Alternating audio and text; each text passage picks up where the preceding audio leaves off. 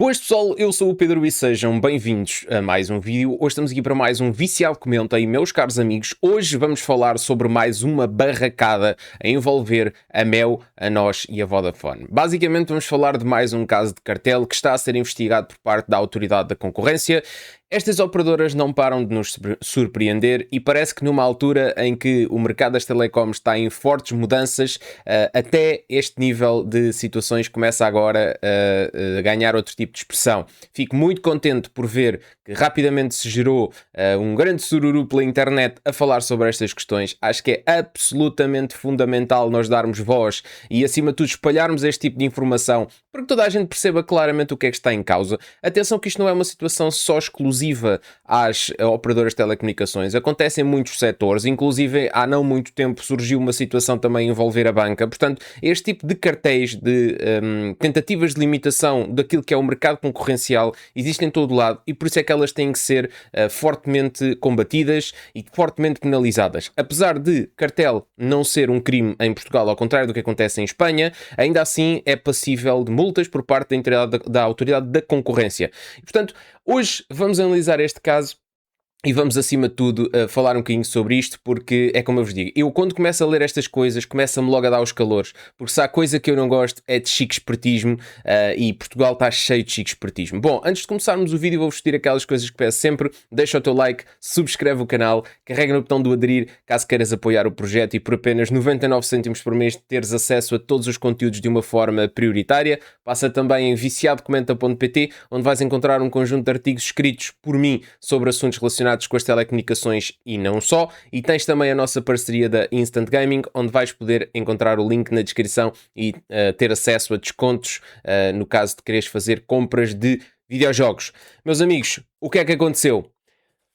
Como eu não sou aquele género de pessoas que simplesmente diz apoia aqui o nosso projeto, mas depois não apoia os projetos de ninguém, eu fui apoiar um projeto que se chama Jornal Público.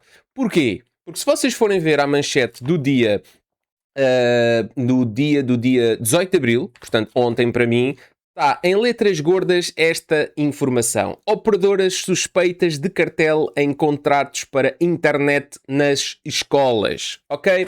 Portanto, eu fui comprar o jornal precisamente porque é preciso apoiar este tipo de projetos que ainda fazem uma investigação séria, e foi o único órgão de comunicação social que eu vi a publicar esta informação. Depois houve muita gente a replicar. Portanto, esta é uma investigação do público, é uma investigação que está a decorrer por parte da ADC há mais de um ano e que o público vem agora trazer à baila na sua manchete. E, portanto, é muito importante que existam órgãos de comunicação social a fazer este tipo de trabalho no que diz respeito às telecomunicações. Como vocês sabem, eu já disse neste início de vídeo que eu odeio chique espertismo e que nós sabemos que Portugal, ao longo dos últimos anos, viveu de facto um paradigma negro no que diz respeito à concorrência. Bom, então eu vou fazer aqui um resumo rápido do que é que aconteceu. Eu vou-vos dar aqui só as linhas gerais, se vocês quiserem depois comprar o público para ler tudo tintim por tintim, mas vamos então ver. Este assunto fala precisamente sobre a questão da internet nas escolas, ok? Portanto, a Autoridade da Concorrência iniciou uma investigação há cerca de um ano por prática de cartel no fornecimento de internet a alunos carenciados, escolas e professores, num projeto que foi pago através de fundos europeus. Este é um processo que já dura há cerca, ou neste caso, as buscas foram realizadas há cerca de um ano, e nessas buscas foram apreendidas comunicações de um administrador da Vodafone, de seu nome Henrique Fonseca, nomeadamente comunicações no seu telemóvel e no seu correio eletrónico disponível no seu computador, ok? Bom, no despacho perante o juiz de instrução criminal, o Ministério Público falou em fortes indícios de existência de concertação de preços nos concursos públicos que foram lançados para este fim. Basicamente foram lançados concursos públicos que, na altura da história do Covid, visavam, acima de tudo, permitir que tanto alunos como os professores, como as escolas, estivessem capacitadas do ponto de vista informático para garantir que houvessem as aulas à distância e para que tudo aquilo corresse de uma maneira correta. Portanto, foram lançados um conjunto de concursos públicos, e esses concursos públicos foram, na altura, que eram as que existiam, preenchidos pela Vodafone, pela Mel e pela nós. Só que este tipo de práticas acabou por se revelar, acabou por se descobrir que nestas práticas de concorrência, ou melhor, na tentativa, digamos assim, abarcar valor a todas, houve aqui comportamentos errados. E, portanto, eu vou ler exatamente o que é dito aqui pelo Ministério Público. Diz o seguinte, só para vocês terem uma noção. Com o objetivo de repartir o mercado e ao fixar os preços, as empresas suspeitas acordaram entre si o modo como iriam concorrer a tais concursos, com vista a repartir entre si o fornecimento e assegurando a adjudicação através de propostas coincidentes com os preços base. Ora bem, para quem não está a par da situação, os preços base são o valor até ao qual, ou seja, é o teto máximo ao qual esse concurso público está disposto a pagar os serviços. Portanto, acreditem que quando existe uma oferta pelo preço base num determinado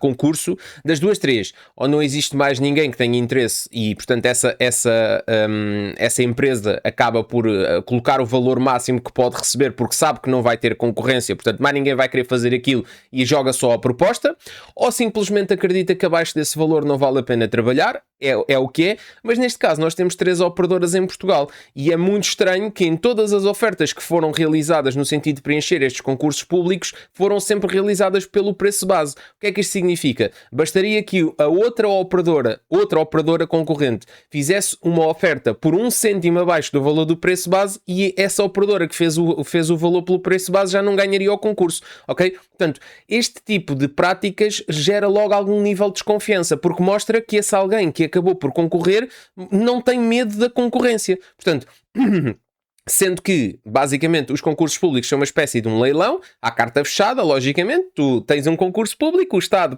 pretende, neste caso, comprar um determinado bem ou serviço, coloca isso em concurso público e depois as empresas que prestam ou que fornecem esses bens ou serviços enviam através de proposta o valor para o qual estão dispostos a trabalhar ou a vender aquele produto que o Estado quer. Mas a baliza é sempre aquele valor máximo, ok? Portanto, este valor máximo, a partir do momento em que todas as propostas que visam preencher estes concursos públicos todas essas propostas estão precisamente no valor do concurso público, ao valor do teto máximo que o concurso público pretende, isso significa que as operadoras não estavam com medo das suas concorrentes. E não estavam com medo das suas concorrentes. Porquê? Porque já tinham por baixo da mesa negociado como é que iam fazer a distribuição do bolo. Portanto, isto é aquilo que está em causa e que é dito aqui pelo Ministério Público, ok? Bom, como eu já vos disse, crime de cartel em Portugal não existe, portanto a única coisa que pode acontecer aqui é uma multa por parte da Autoridade da Concorrência. Veremos depois que multa é essa, como é que é paga, quando é que acontece, quando é que não acontece, isso são outros 500, mas é o máximo que pode acontecer, ao contrário de Espanha. Em Espanha isto seria considerado um crime. Portugal não é, porque nós, ao fim e ao cabo, vivemos no país ou na República das Bananas. Relativamente àquilo que foi questionado por parte do público, portanto, à Mel, Nós e Vodafone, e também, já agora para sermos corretos, a própria Autoridade da Concorrência, ninguém se pronunciou em relação a esta situação, precisamente porque estão... está em segredo de justiça, não é? Portanto, ninguém vai querer colocar em causa essa situação. Agora, o que é que, para mim, mostra imediatamente que... ou seja, mostra que estas operadoras são culpadas. Elas nem sequer se dão ao trabalho de desmentir o que é que seja. Limitam-se somente a mitigar danos. Porquê? Porque o que é que elas estão a fazer? Estão-se a defender no sentido de provar que isto não aconteceu. Não estão. A única coisa que elas estão neste momento a tentar fazer é invalidar a colheita das provas, alegando até, uma delas, segredo de Estado. Portanto, o segredo de Estado obrigaria a serem apagadas as provas, sendo que o próprio Tribunal da Relação já disse imediatamente que não deu razão às operadoras que visam somente destruir as provas. Inclusive, vocês, no caso em que envolveu a Mel com a Novo, vocês viram uma situação praticamente idêntica, em que a Mel, em vez de se estar a defender, estava simplesmente a tentar arranjar maneira de anular aquelas provas que foram apanhadas, nomeadamente e-mails e não sei o quê. Portanto, estas operadoras nem sequer se dão ao trabalho de se defender porque as provas são demasiado evidentes. A única coisa que elas tentam fazer é anular a prova, de maneira a que o julgamento não possa prosseguir por falta de provas efetivas, não é? Portanto, basicamente é dito aqui que as operadoras sem sucesso estão a tentar invalidar estas apreensões, tendo até uma delas invocado o segredo de Estado para pedir a destruição de todo o material apreendido, ok? Sem sucesso, o Tribunal da Relação de Lisboa não lhes deram razão. Portanto, basicamente é isto que está em causa. Do que tinha sido acordado, portanto, só para vocês terem noção, dos contratos assinados entre as 3 operadoras e o Ministério Público, o valor total foi de 22 milhões de euros, sendo que alguns contratos mais caros foram concedidos através de concursos públicos, ok? Algumas delas foram vendidas em pacotinhos mais pequenos, mas depois existiu aqui alguns concursos públicos, sendo que do bolo dos 22 milhões, a distribuição, eu diria que isto ficou muito irmãmente dividido, porque dos 22 milhões, 7.4 foram para a Mel, 7 foram para a Vodafone e 8 foram para nós. Portanto, até aqui, pelos valores, vocês conseguem perceber que o valor está muito aproximado entre aquilo que cada uma delas recebeu, o que é também muito interessante no ponto de vista da análise. Portanto, neste caso concreto, é dito aqui também que as operadoras terão celebrado ou mais acordos e ou práticas concertadas secretas, criando condições de atenuação no mercado que não correspondem às normais condições de funcionamento de um mercado concorrencial, diminuindo o risco associado a um comportamento concorrencial. Isto significa o quê?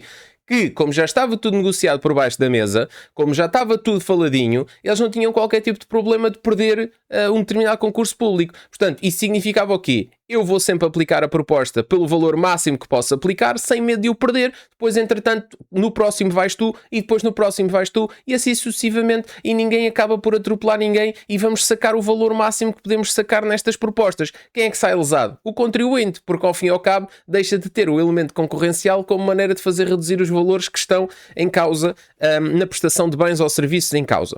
Bom, ainda sobre esta situação toda que envolve as operadoras, o Ministério da Educação solicitou ainda uma devolução no valor de 11 milhões de euros, precisamente porque destes serviços de conectividade que foram prestados, houve muitos cartões SIM que nunca chegaram sequer a ser utilizados. Portanto, diz o Ministério da Educação que existiram cartões abrangidos pelos contratos entregues às escolas, mas não afetos nem aos alunos nem aos docentes e, portanto, sem que tivesse ocorrido a efetiva prestação da conectividade. Portanto, para vocês terem mais ou menos noção, isto no portal base dá conta de que o serviço de fornecimento por parte das 3 operadoras no âmbito do programa Escola Digital tinha direito a 12 gigas mensais nos cartões de dados móveis por cartão. Neste caso, prolongou-se até 2025, embora com adjudicação em alvos alternados. Portanto, basicamente, para além disto, para além da consultação, ainda temos a solicitação de devolução e bem, uma vez que os serviços acabaram por não ser utilizados. Sobre esta questão toda, o administrador Henrique Fonseca contestou o facto de ter sido, ou seja, ele até alegou devassa da vida privada e utilização, ou alega ele que, portanto, a forma como os e-mails e como os recursos, ou neste caso como a prova foi recolhida, vai contra aquilo que é o bom senso ou aquilo que é a área de jurisdição máxima da justiça para procurar provas, mas isto só mostra o total desnorte, porque, acima de tudo, como é dito aqui até na peça, o Tribunal de Justiça da União Europeia em 2024 já tinha confirmado que este tipo de práticas era legítima quando está em causa o direito de concorrência no espaço europeu. Ou seja, foi precisamente isto que aconteceu aqui. Estava em causa o direito de concorrência num espaço europeu, neste caso Portugal, e, portanto, a Autoridade da Concorrência, e muito bem, utilizou a colheita de provas desta maneira, de forma a arranjar provas para condenar na justiça este tipo de práticas, ou pelo menos multá-las seriamente. Agora, vamos lá ver uma coisa. Isto é algo que nos surpreende a nós. Não surpreende rigorosamente nada. Pelo menos a mim não me surpreende rigorosamente nada. Nós já estamos fartos e carecas de saber que este tipo de operadoras ao longo de anos fizeram o que queriam neste mercado. Fizeram o que queriam. Dominavam este mercado a seu belo prazer. Dividiam a água do poço irmãmente. Nunca tiveram nenhum tipo de problema em crescer lado a lado. Os preços mostravam isso. Aliás, a própria Autoridade da Concorrência, quando falava da questão da compra da Vodafone, ou neste caso a compra da Novo parte da Vodafone, disse isso com todas as letras e eu tive a oportunidade de fazer um vídeo sobre isso. Havia e há demasiadas evidências de consultação de preços. Os preços são iguais ao cêntimo, o nível de serviços associados são iguais ao milímetro, portanto não há qualquer dúvida nesta análise, portanto não é sequer passível de dúvida.